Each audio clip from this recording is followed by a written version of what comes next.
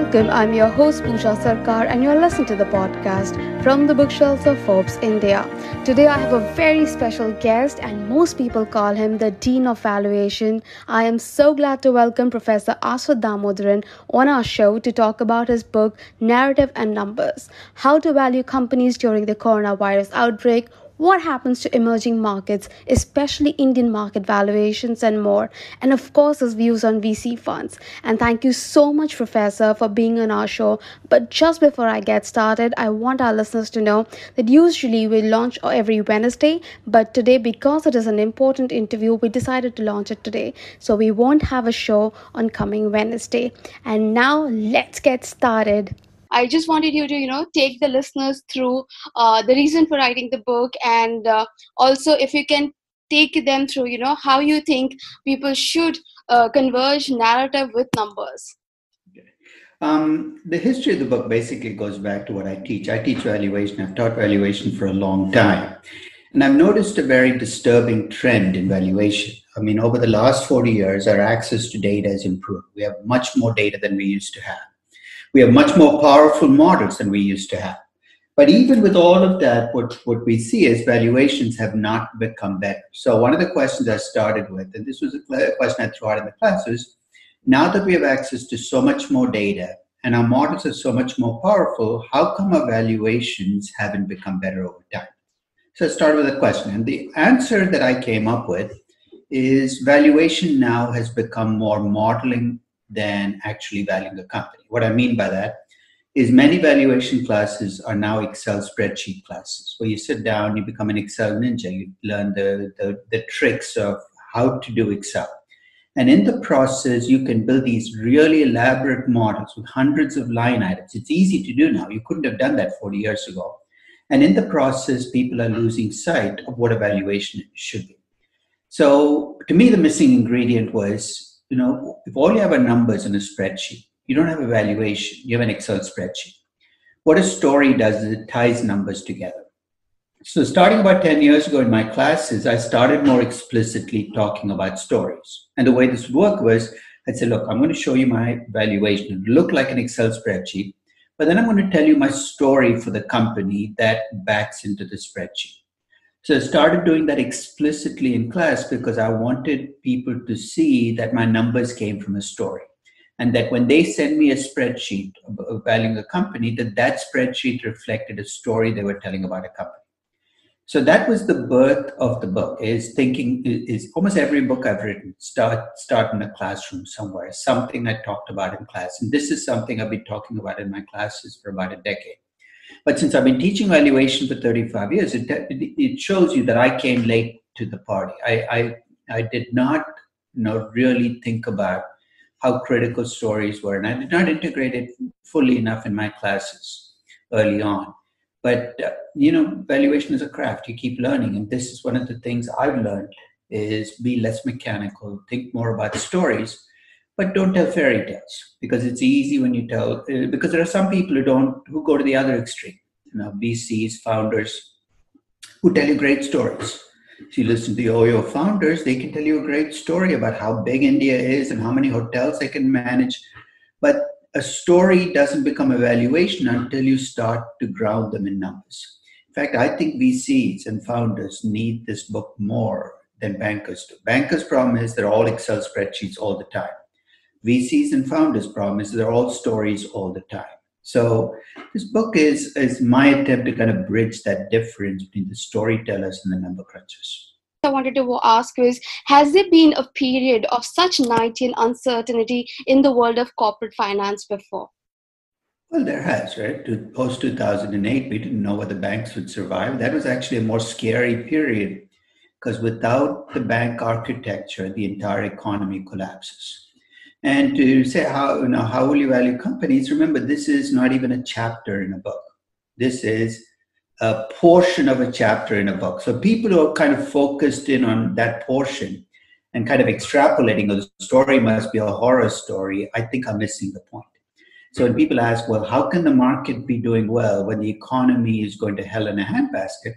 Well, the numbers of the economy, of course, are going to look bad. If everybody's staying home, how can the unemployment rate not reflect that? So the macroeconomic numbers right now tell you absolutely nothing other than the fact that we're shut down.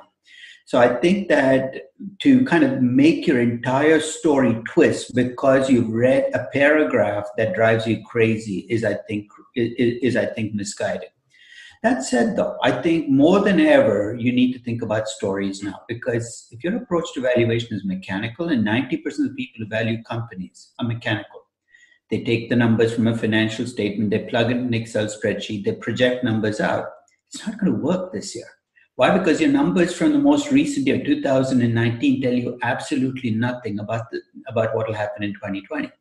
So if I take Boeing's 2019 numbers, United Airlines 2019 numbers, I'm going to get these companies looking incredibly cheap. Mechanical valuation, in fact, is impossible to do. More than ever, you need to tell stories. And those stories can be different because of this crisis. For some companies, the stories actually got better because of the crisis. For some companies, it's worse. So your Royal Caribbean or a Carnival Cruise Line, your story got a lot worse. Why?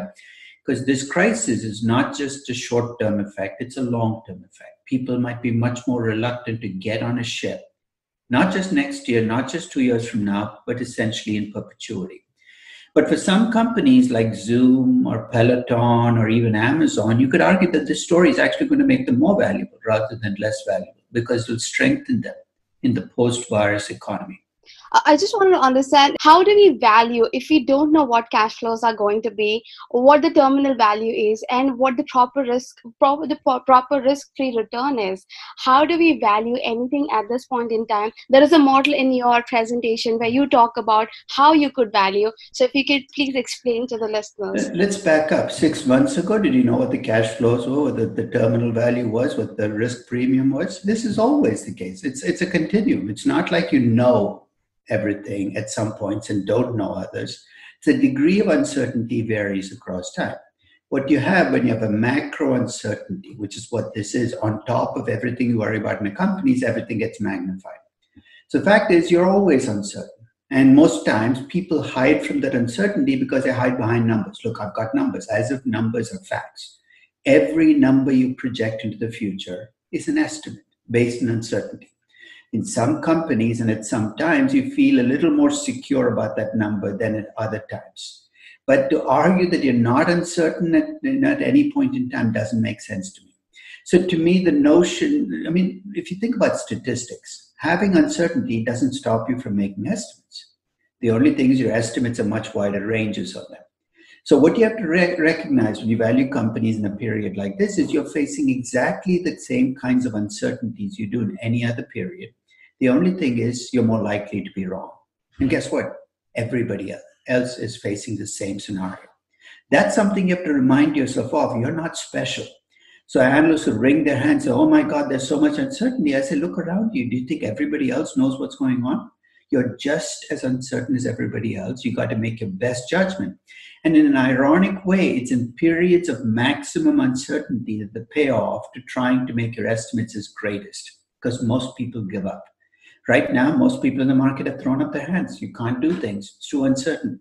This is precisely when trying to make your best judgments can give you an advantage. When we look at India, the stimulus package wasn't really enough, but that is all that India can do, is what everybody's saying at this point in time. And we're not a very export-led economy. How do you think people are going to look at, when they look at emerging markets, especially Indian markets versus the developed markets, where the returns could be similar? Is it going to be far more challenging for Indian markets and emerging economies to, find investors? Well, I think first we should stop calling these stimulus packages. They're survival packages. Basically, they're not stimulating anything. They're just letting you survive till the economy opens up.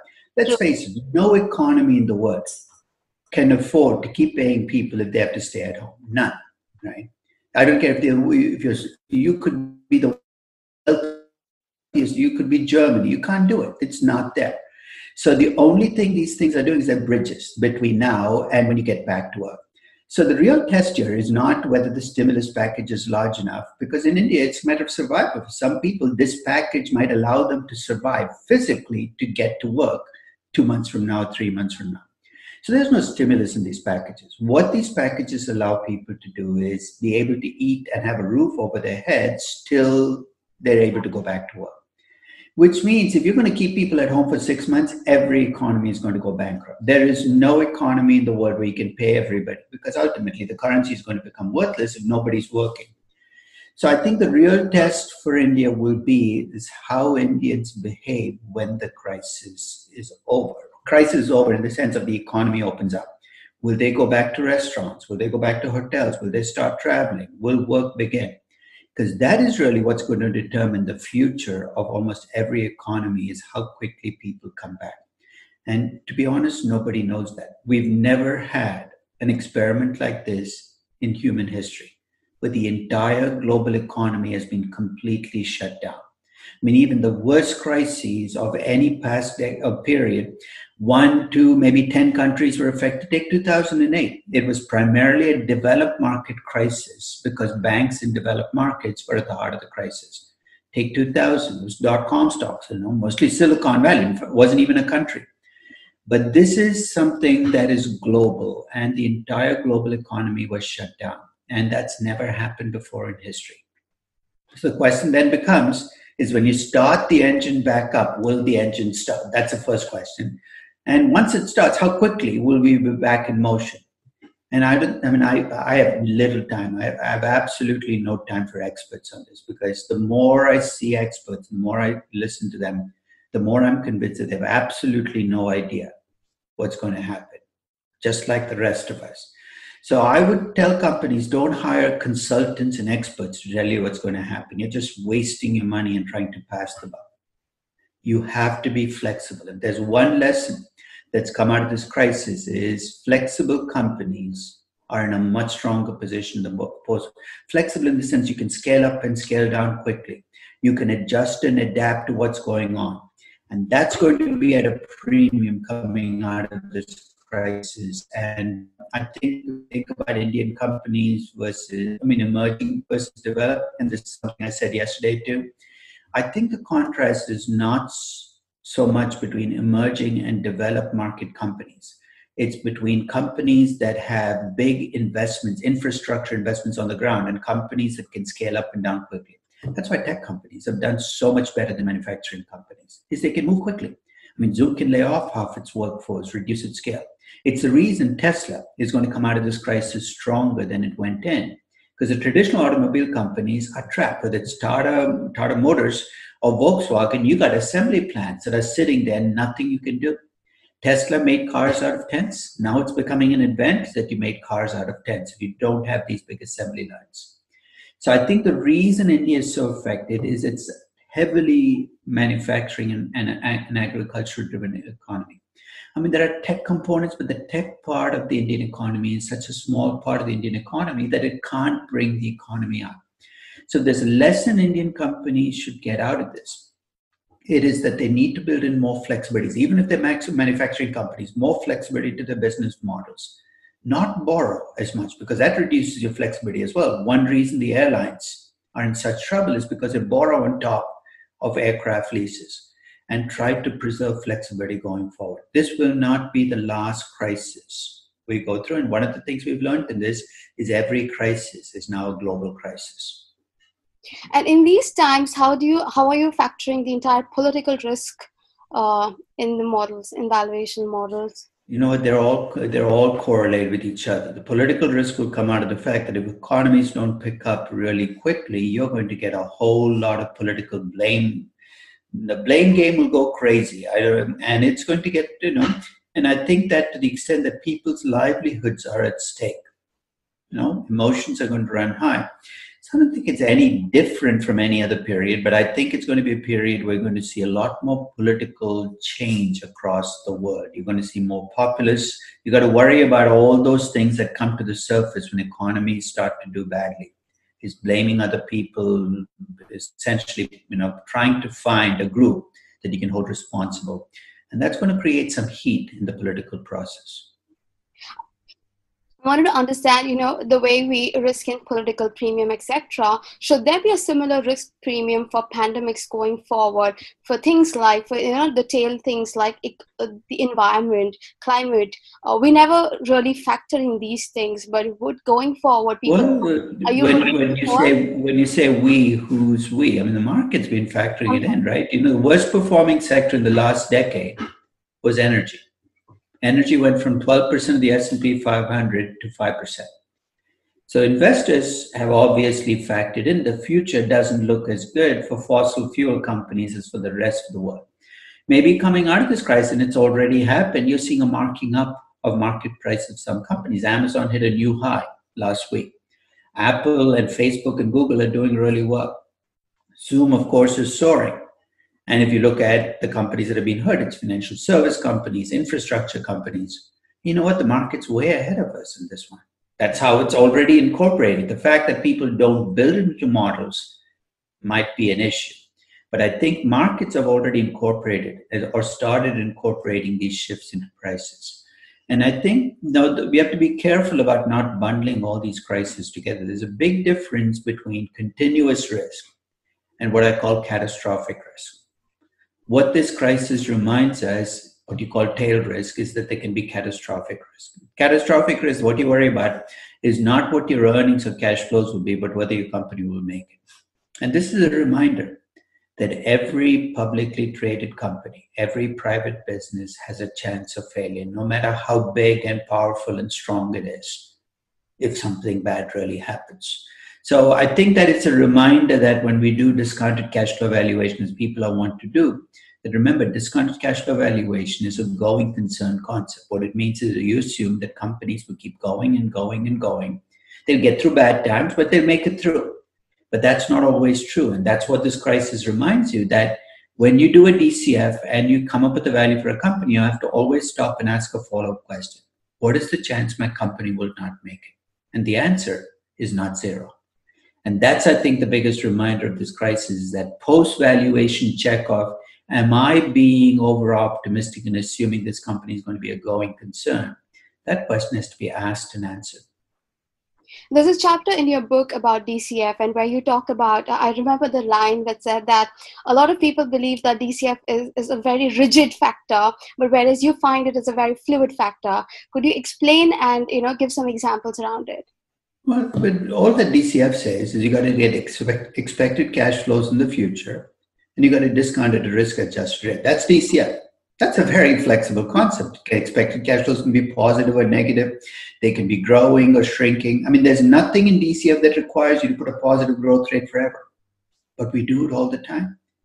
What makes DCF rigid is we are mechanical. We follow rule books. And I blame people like me who write the books, and then analysts just take the book and they don't really look past the spreadsheet. And one reason I wrote this book on stories and numbers is valuation textbooks teach you the mechanics. And don't get me wrong, it is important to understand the mechanics of discount rates and cash flows and growth rates and betas and risk-free rates and risk premiums.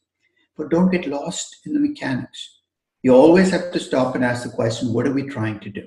Why are we doing it? And accept the proposition that sometimes you have to break mechanical rules, that your growth rate in perpetuity, if you're looking at an oil company, might be minus 5% a year forever. Why? Because there's only so much oil under the ground. So I think that what makes DCFs rigid is the way people use them. So the notion of DCF is completely flexible. You can value young companies, old companies, declining companies, expanding companies. There's nothing in DCF that prevents me. Forget about companies. I can value physical assets. I can value I can value the IPL. I mean, basically, I can take any entity you give me that has cash flows and attach a value to it. Because discounted cash flow valuation doesn't require all of the rigidity that you see in traditional model building. There's one question I have to ask you about how venture capitalists are going to value companies going forward, because you have been talking about Uber for the longest time. You've looked at these startup companies for longer than anybody else has, and have got it right most times, almost all times. So I have to ask you, how do you think VCs are going to value companies now that suddenly till Jan and Feb, and everybody said that we have enough capital. Capital is there. There's no lack of capital, and then everything started falling apart for VCs, and now people are just pumping in capital to keep the existing portfolios alive. And VCs, VCs don't value companies; they price them. In fact, I have a post on how VCs make money. Now they play the pricing game. What does that mean? They buy at a low price, they sell at a high price. What VCs call valuation is laughably not valuation. What they do is they project a number out 3 years from now. They slap a multiple on it. In fact, they're very open about it. They call it an exit multiple. What does that tell you? They plan to flip this to somebody else 3 years from now. There's nothing wrong with that game. I don't look down on the game, but VCs couldn't value a $20 bill in a brown paper bag if you put it in front of them. That's not their skill set. VCs, if they're good, are good at timing because that's a pricing game. You got to get in at the right time, get out at the right time. I give people the example of Mark Cuban, legendary VC, right? I mean, he has his own TV show. Mark, you know how Mark Cuban made his reputation, right? He created a high-tech company called broadcast.com in the late 1990s. He founded the company. And he sold it for $5.2 billion at the peak of the dot-com boom to Yahoo. $5.2 billion. You know where the company is now? It went bankrupt 1 year after the dot-com boom ended. If you measured Mark Cuban on the quality of the company that he's built, of course, he's a terrible business person. But if you measure him as a VC, he did exactly what he should have done, which is get out at the right time. The VC game is a timing game, which means that if you think coming out of this crisis, VCs are playing the valuation game, that's not true. They're going to play the timing game. And if they're lucky and they're good at timing, they can still make money. But to argue that VCs somehow are canny investors who know what the value of the company is missing the essence of the VC game. I mean, look how quickly SoftBank has fallen from grace. 2 years ago, if you ask me, if VCs were asked, can you point to a sophisticated VC, somebody who's great at picking companies? Hey, Masa Son would be right up there, right? 300-year vision plan, picking companies out of the blue, making them go from $1 billion to $20 billion. I mean, we've discovered how empty SoftBank's portfolio is in terms of how they pick stocks with WeWork. And I would say the same thing about Oyo. I know people think that SoftBank has somehow valued. No, they haven't valued Yoho. They priced Oyo and they hope they can flip it to somebody else at 4 times the pricing. Could they pull that off? Yeah, they did it with Flipkart, right? A company that was never designed to make money. It's a company that was designed to just grow. I mean, I don't even know, I would never call Flipkart a business. It was not a business. It was a revenue growth machine, a scaling machine without the faintest idea of how to make money. Hey, but SoftBank got in at the right time, got out at the right time. On Flipkart, they clearly did the right thing. On WeWork, they didn't. So they're like traders. Sometimes you win, sometimes you lose. You got to hope you win more often than you lose. Has there been transactions where you've looked at the deal and you said the banker did just nothing in the transaction? Almost every day. There's not a deal where I look and say the banker did this deal. I mean, bankers are they're showmen, right? They're I don't even say they're deal makers because especially look at an IPO or an M&A, what's the deal making involved here? It's really, they're choreographers. They do the dance moves, they go through the motions of acting like they valued a company when in fact they priced a company too because it's an acquisition or an IPO. And if they're good, they stay in the background. The problem with bankers is sometimes their egos get the better of them and they get on CNBC and they start boasting about the companies they value. And you got to just laugh because I've seen banking valuations. Come on. I mean, this is about as far from the first principles. I mean, I've described M&A as a valuation graveyard. It's where valuation first principles go to die. Because if you want to see every first principle violated, just pick up an M&A valuation. Am I arguing that bankers are unnecessary? Perhaps they are in the IPO process. Because if you're bringing nothing to the table, why should I pay you 6% of the proceeds? In the M&A process, they might be important, but more for the deal making rather than for the deal advice. Asking a banker whether a deal makes sense is like asking a plastic surgeon whether there's something wrong with your face. I mean, what kind of an answer are you going to get? The banker needs a deal to go through. Bankers should never be deal advisors. They're deal makers. I'll pay them for the deal making, but then I would walk away. It's not their money. They're going to give you the advice that will get the deal through. Okay, the last question before I let you go and take much of your time. How do you look at the Indian markets at this point in time? I think India's been hit, emerging markets collectively. India, portions of Latin America have been hit fairly badly, at least. I mean, this crisis had two halves to it, right? From February 14th to March 20th, everybody got punished, every market around the world. Since March 20th, the degree of recovery has varied across markets. Markets like the US, you've seen a significant comeback from the depths. In fact, you're pretty close to 75% of the. I mean, I think at its worst, global stocks had lost $30 trillion in market cap. By May 1st, that was down to 14 trillion. Still a loss, but you can see a comeback. That comeback, though, has varied across markets. It's been stronger in some markets and weaker in others. So I think India is still in the process of trying to negotiate its way. And the problem for India is going to be it's more, as you pointed out, less export oriented than the rest of the world. So you're not going to get that bounce back.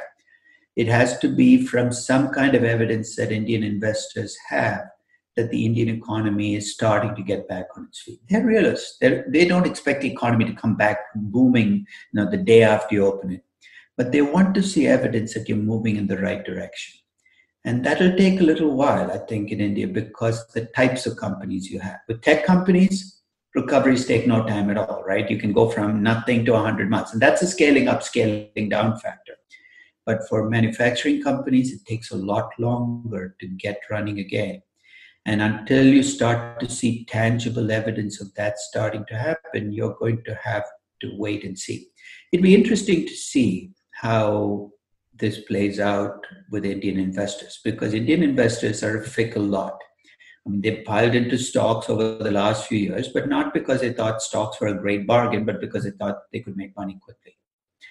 And if they decide that that's not the case, historically, they fled to other assets. I mean, the old Indian ploy was go back to gold. And that's not going to help you that much now. But real estate and gold have generally benefited from people fleeing from stocks.